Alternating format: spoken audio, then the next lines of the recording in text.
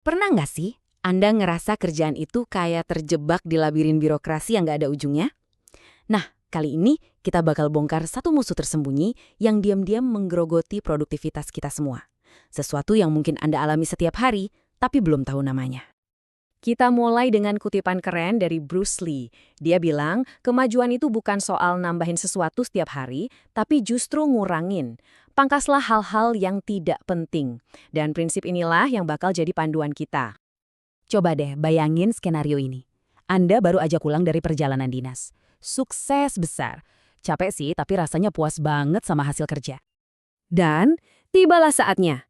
Ritual wajib setelah perjalanan, bikin laporan pengeluaran. Anda buka laptop, siap-siap buat ngeberesin urusan administrasi ini secepatnya. Satu persatu struk diunggah. Semua detailnya diisi dengan teliti. Tanggal, jumlah, tujuannya apa. Rasanya kok ngurusin ini lebih lama ya daripada perjalanannya sendiri? Akhirnya, semua terisi. Anda pun klik tombol kirim. Tapi, kok nggak bisa? Malah muncul pesan error warna merah. Ternyata, ada satu kolom yang kelewat. Dan tahu nggak apa yang kurang? Nomor bus. Ya, nomor bus yang Anda naiki waktu itu. Informasi yang mustahil diingat. Dan jujur aja, nggak relevan sama sekali.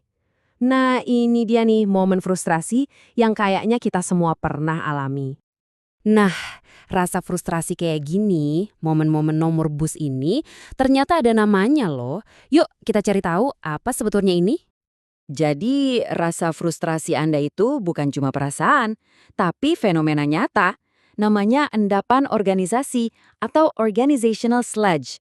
Bayangin aja, ini kayak lumpur birokrasi yang kental yang bikin setiap langkah kita jadi berat dan lambat. Menghalangi kita buat ngerjain hal yang beneran penting. Dengerin deh pengakuan dari seorang petugas polisi ini. Dia bilang 90% waktunya habis buat tugas administrasi. Cuma 10% buat kerjaan inti sebagai polisi. Kebayang nggak? Oke, kalau lumpur ini jelas-jelas bikin repot dan nggak produktif, kenapa ada di mana-mana ya? Nah, yuk kita bedah beberapa alasan kenapa endapan ini terus-terusan numpuk di kantor kita.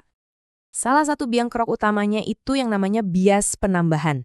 Ini tuh kecenderungan alami kita sebagai manusia untuk lebih suka nambahin sesuatu yang baru, aturan baru, proses baru, daripada ngebuang yang lama. Dan slide ini nunjukin banget alasannya. Kalau kita nambahin sesuatu yang baru, kita dianggap kreatif, progresif, inovatif, keren kan? Tapi coba deh kalau kita mau ngehapus sesuatu. Wah, bisa-bisa dianggap negatif, cari gara-gara, atau bahkan dianggap beresiko. Jadi ya, lebih gampang nambah terus daripada ngurangin. Penyebab lainnya, ikut-ikutan. Beneran deh. Organisasi itu suka banget niru satu sama lain. Apalagi kalau yang ditiru itu perusahaan yang lagi ngetren. Padahal belum tentu prosesnya itu cocok atau efektif. Jadinya, lumpur ini nyebar kayak virus. Analogi dari John Wallender ini pas banget. Para pemimpin bisnis itu kadang kayak sekawanan domba. Kalau ada tren baru, semua langsung ikut-ikutan, tanpa mikir panjang. Padahal seringnya itu cuma nambahin kerumitan yang nggak perlu. Nah, semua kebiasaan nambah-nambah dan ikut-ikutan ini ternyata bebannya itu nyata banget. Dan bisa diukur loh, coba kita lihat angkanya. Rata-rata satu perusahaan itu pakai 94 aplikasi berbeda untuk karyawannya. 94! Banyak banget kan? Gara-gara itu, karyawan rata-rata harus gonta-ganti aplikasi sekitar 1.200 kali setiap hari. Coba bayangin betapa terganggunya fokus kita cuma buat pindah-pindah jendela aplikasi. Dan balik lagi ke contoh polisi tadi. Sekarang mereka bisa menghabiskan sampai 40% waktu mereka cuma buat urusan administrasi. Ini bukti nyata gimana lumpur ini pelan-pelan menggerogoti pekerjaan inti mereka. Oke. Masalahnya jelas, bikin pusing. Terus gimana dong solusinya? Nah sekarang kita masuk ke bagian yang paling penting. Gimana cara kita mulai melawannya? Kuncinya tuh sebetulnya simpel banget. Langkah pertamanya bukan cari solusi yang ribet, tapi mengubah cara pandang kita. Belajar buat melihat lumpur ini di sekitar kita. Dan yang paling penting, berani mempertanyakannya. Bukan cuma pasrah nerima aja. Nah, ini ada semacam alat simpel yang bisa Anda pakai. Audit endapan pribadi. Tiap kali ketemu tugas yang aneh, coba tanya 3 hal ini ke diri sendiri. 1. Ini beneran bantu kerjaan utama kita nggak sih? 2.